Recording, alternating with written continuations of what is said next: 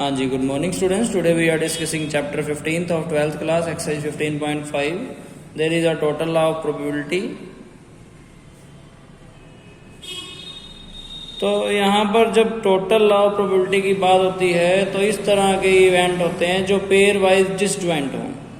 ठीक है, कि उनका आपस में जो है एक तरह से वो लाइज तो एक ही उसमें कर रहे हैं, एक ही सबसेट में, तो उनका जो सैंपल स्पेस है वो एक ही है, बट वो डिसजॉइंट है, आपस में उनका कोई भी संबंध नहीं है. यानी कि मान लीजिए E1 है कोई इवेंट और E2 कोई दूसरा इवेंट है, उन दोनों की इंटरसेक्शन जो है नल आती है. दिस इज कॉल्ड जो पेयर वाइज जो है वो डिसजॉइंट हों, डिसजॉइंट जो इवेंट हों. ठीक है, ऐसे इवेंट जो पेयर वाइज डिसजॉइंट हो, उन दोनों की इंटरसेक्शन जो है नल आती है. और ऐसे कोई भी इवेंट होंगे उनकी प्रोबेबिलिटी जो है वो क्या होगी, वो ग्रेटर देन जीरो होगी.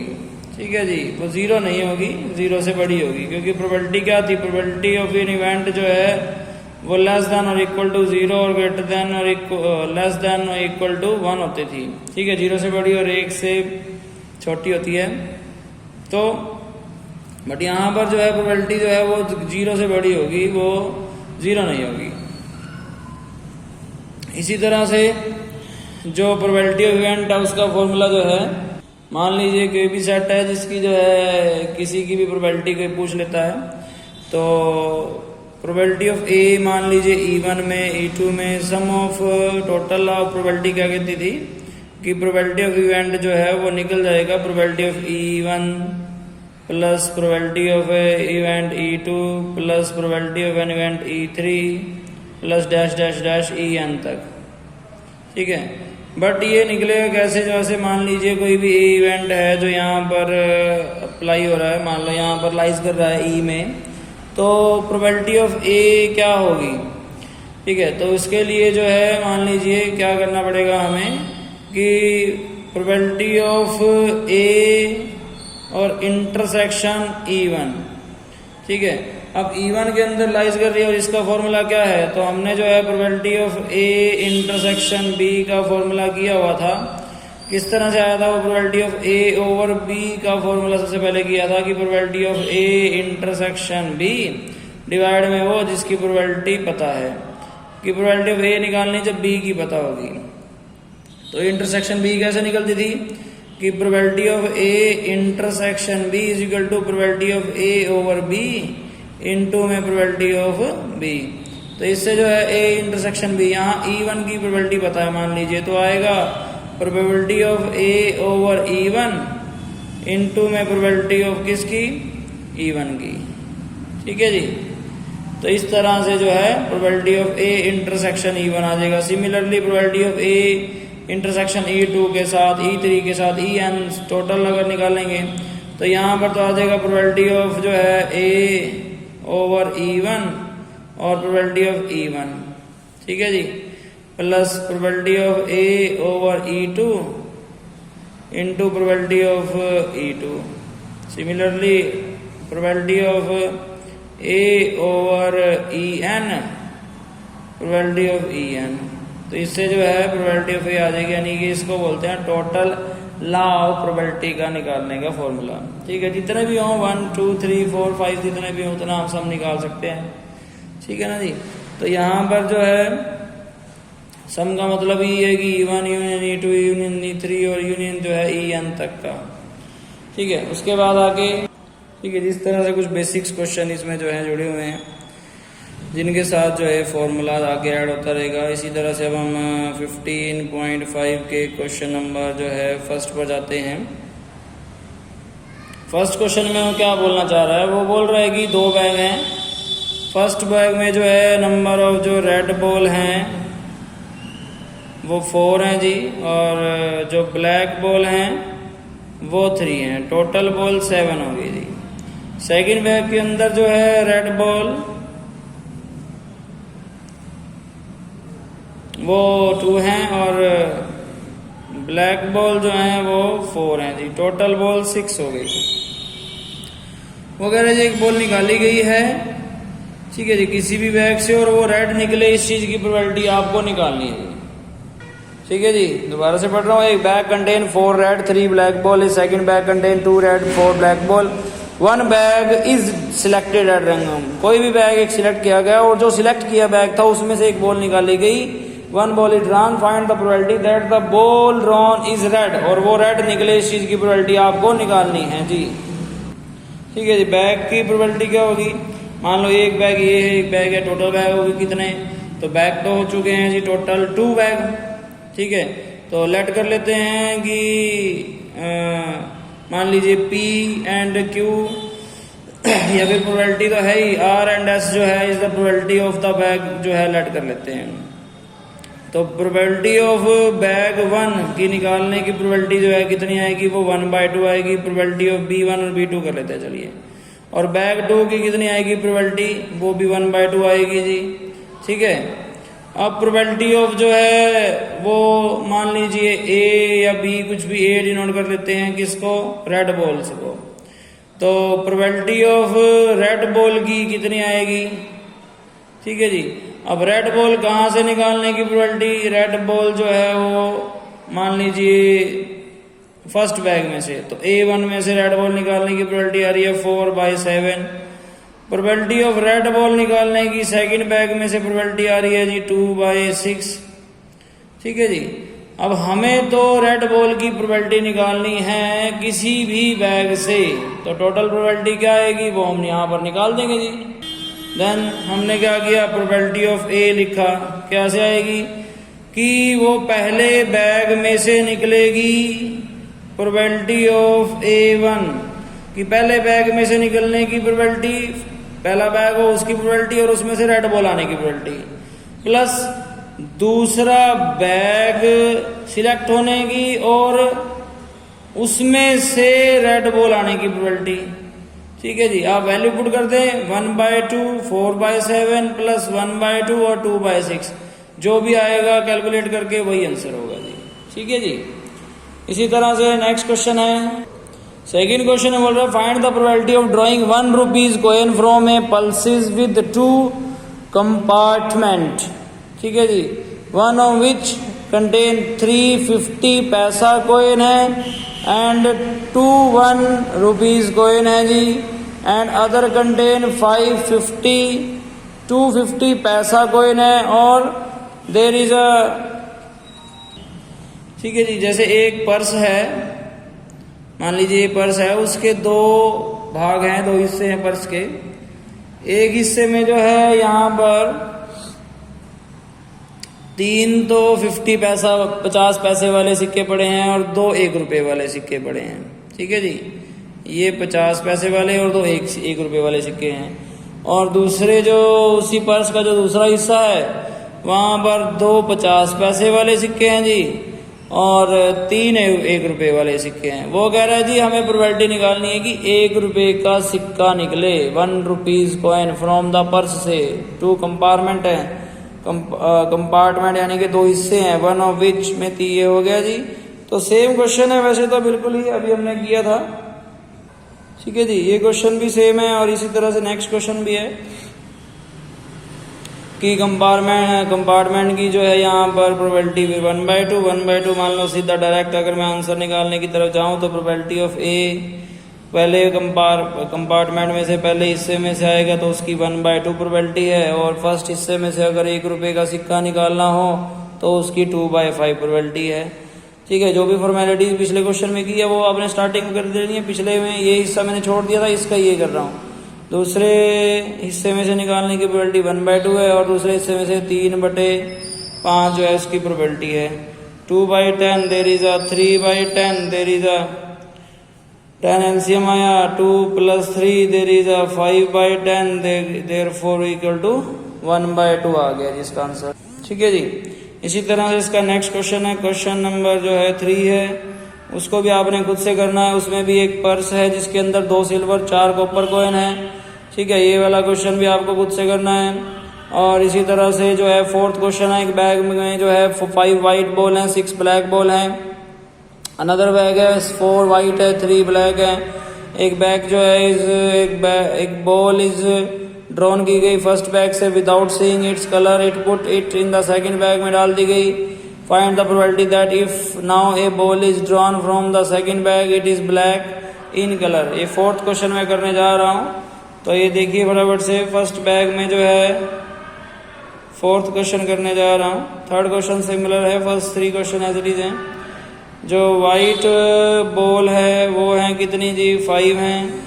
इसी तरह से आगे जो है ब्लैक बॉल हैं वो है जी 6 हैं, तो टोटल हो गई 11 ball. There is second bag है जिसके अंदर जो है वाइट बॉल 4 हैं, ब्लैक बॉल 3 हैं जी, टोटल बॉल हो गई इसमें 7 हो गई जी। उसके बाद ठीक है जी, तो ध्यान से देखिए वो कहना क्या चाह रहा है। वो कह रहा है कि पहले बैग में वाइट बॉल 5 है, ब्लैक 6 है, टोटल 11 होगी। दूसरे में वाइट 4 है, ब्लैक 3 है, टोटल 7 हो गई।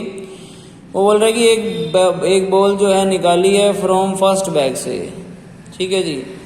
तो फर्स्ट बैग से बिना देखे अगर एक बॉल निकाली है तो वो या तो वाइट होगी, प्रोबेबिलिटी ऑफ वाइट 1, तो उसकी आएगी, या वो प्रोबेबिलिटी ऑफ बी 1 होगी ब्लैक, जो कि 6/11 होगी, ठीक है जी।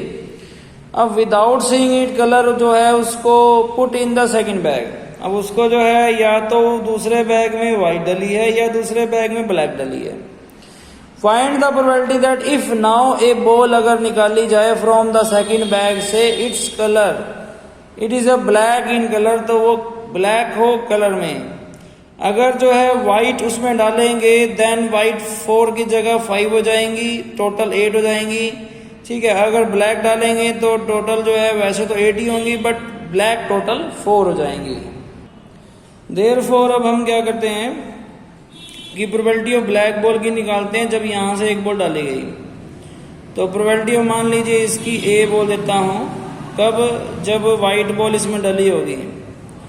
तो प्रोबेबिलिटी ऑफ ब्लैक बॉल की, या बी लिख देता हूँ चलिए, प्रोबेबिलिटी ऑफ ब्लैक बॉल की जब इसके अंदर वाइट बॉल डली है तो वाइट बॉल होगी जी 5 और टोटल होगी 8, तो 3/8 इज द प्रोबेबिलिटी आई। इसी तरह से प्रोबेबिलिटी मैं निकाल देता हूँ ब्लैक बॉल की ही, जब ब्लैक बॉल ही डली होगी इस थैले में, ठीक है। आप समझ रहे हैं, एक फर्स्ट वाले बैग से कोई एक बॉल निकाली है, वो वाइट भी हो सकती है, ब्लैक भी हो सकती है, बिना देखे सेकंड थैले में डाल दी। सेकंड में से ब्लैक बॉल की प्रोबेबिलिटी निकालनी है। अगर इसमें से वाइट बॉल डली होगी तो 3/8, अगर इसमें ब्लैक बॉल डली होगी तो 4/8 इज द प्रोबेबिलिटी आ गई, यानी कि 1/2 आ जाएगी प्रोबेबिलिटी ब्लैक बॉल की अगर ब्लैक बॉल डली होगी। तो फिर प्रोबेबिलिटी निकलेगी कैसे, तो दोनों हो सकते हैं चांस, तो दोनों की प्रोबेबिलिटी निकाल देते हैं कि प्रोबेबिलिटी ऑफ ब्लैक बॉल की किस तरह से निकलेगी सेकंड बैग में से। तो हम लोग लिखेंगे यहाँ पर कि प्रोबेबिलिटी ऑफ जो है जो वाइट बॉल निकली थी, अगर वाइट बॉल निकली थी, वाइट बॉल अगर फर्स्ट थैले में से निकली थी और वही बॉल जो है सेकंड थैले में डली थी, तब तो ये प्रोबेबिलिटी होगी। नहीं तो और में यानी कि प्लस, अगर ब्लैक बॉल निकली थी फर्स्ट थैले में से तो वो डली होगी इस थैले में, तो यहाँ पर आ गया प्रोबेबिलिटी ऑफ B/B1। तो ये तो 5/11 है, ये कितना है 3/8 आया जी, plus probability of first bag में से ब्लैक बॉल की 6/11 है। अगर पहले में से ब्लैक बॉल निकली होगी तो दूसरे में से ब्लैक बॉल निकलने की 4/8 है, यानी कि 1/2, ठीक है। ये मैंने पहले ही काट दिया था, यहाँ पर कुछ कट रहा है तो काट दे, अदरवाइज 5 3 या 15 ओवर कितना आ गया जी 88। यहाँ पर 3/11 आ गया जी, ठीक है जी। 88 मैंने एलसीएम लिया, 15 आ गया, 11 8 जा 8 3 जा 24 आ गया। देयरफॉर सम आ गया जिसका 39/88 आ गया, ठीक है जी। अगर कट रहा है तो काट दे, अदरवाइज यही जो है वो आंसर है जी, ठीक है जी। तो 39/88 इज द आंसर। इसी तरह से जो है इसके नेक्स्ट क्वेश्चन भी हैं।